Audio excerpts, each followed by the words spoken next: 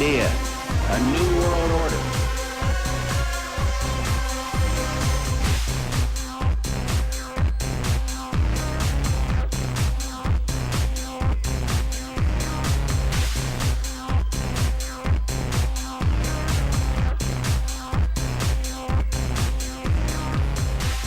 Your world is not what it seems.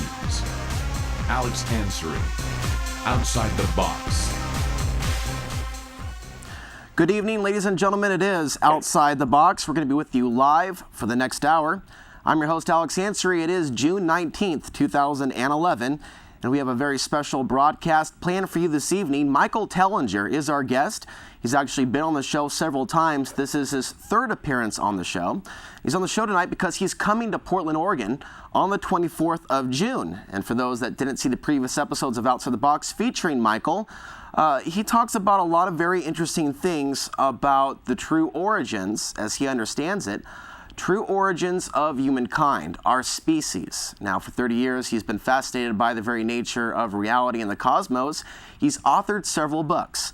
Slave Species of God is one of them. He's also written Adam's Calendar, and the book that I have before me tonight, which we're actually going to be showing you some pictures of, is Temples of the African Gods. Michael Tellinger lives in South Africa, and as an archaeologist, he's been looking at the ancient ruins of South Africa. Most people are mostly familiar with Egypt, for example, but Michael Tellinger has been presenting a new level of information to the people of planet Earth. And so it's my pleasure to welcome Michael to Portland and have him back on the show. How are you doing tonight? Excellent, Alex. Lovely to be talking to you again. And I must tell you, I'm really looking forward to getting up to Portland this coming week.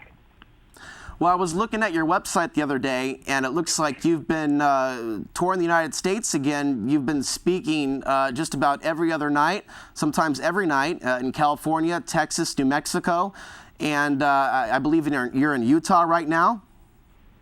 Yeah, we're just stopping over on our way from Salt Lake City up to Oregon. And, we started out this tour. Last year we did 26 cities in the USA, and we thought, okay, that was big. Let's not do that again.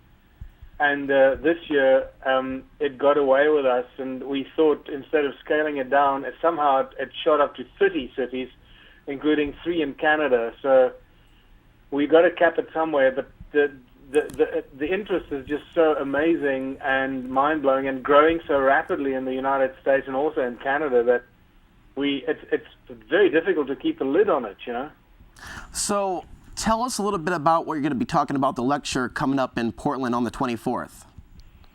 All right. The lecture in Portland is my latest presentation. It's an upgrade from last year with a lot of new information.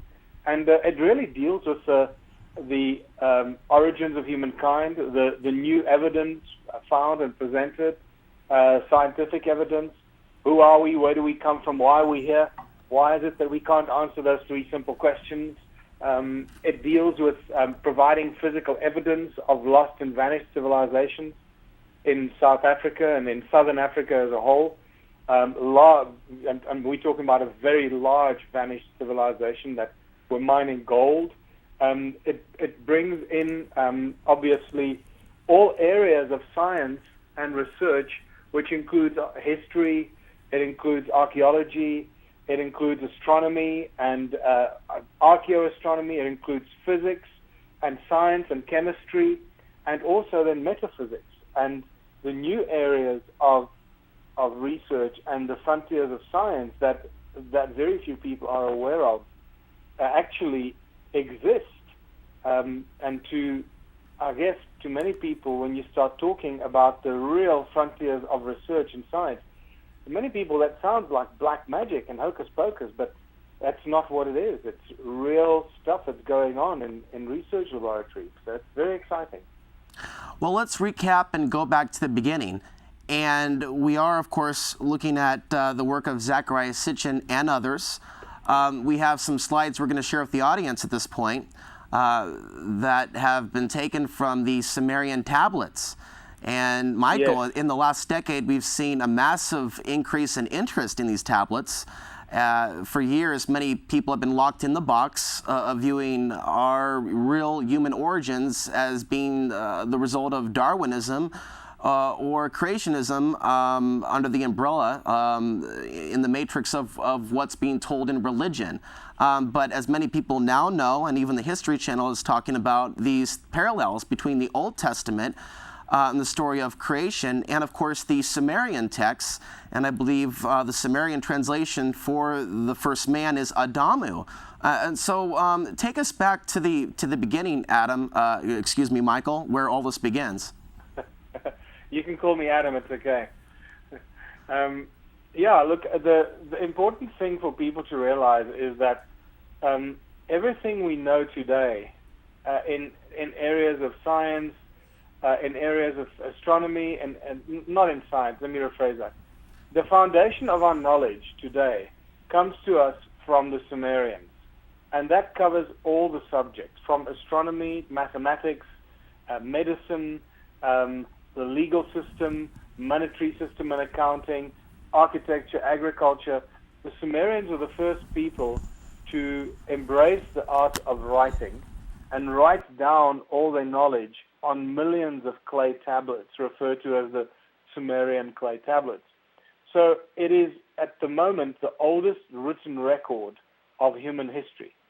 And from these tablets, we get some fascinating information. The biggest proponent and researcher in this field, by a long shot, was Zecharia Sitchin, who wrote, I think, about 13 or 14 books on the subject, who was a master at translating and decoding the Sumerian text, the cuneiform text, and had a keen understanding of what it meant, what the guys are actually telling us. The important thing is that while Zecharia Sitchin has come under a lot of flack and a lot of criticism by various sources, one needs to be very careful how, when you start attacking people that have devoted their entire life to a specific field, because what we sometimes think as misleading is just a different interpretation. And I think that's really what it comes down to.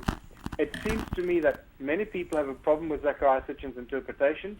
However, what I can tell you with absolute certainty, that I have more confidence in his interpretations than anything else I've read, especially the thousands of pages you read on the Oxford University's website, thousands and thousands of translations of Sumerian tablets that present everything the Sumerians wrote on clay tablets as a work of fiction.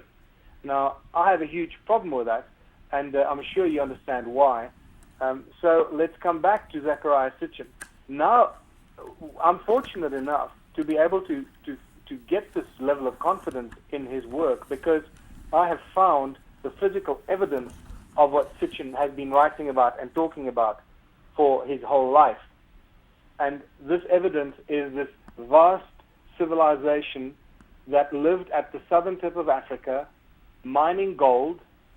We have the physical evidence of millions of stone structures that were left behind and deserted.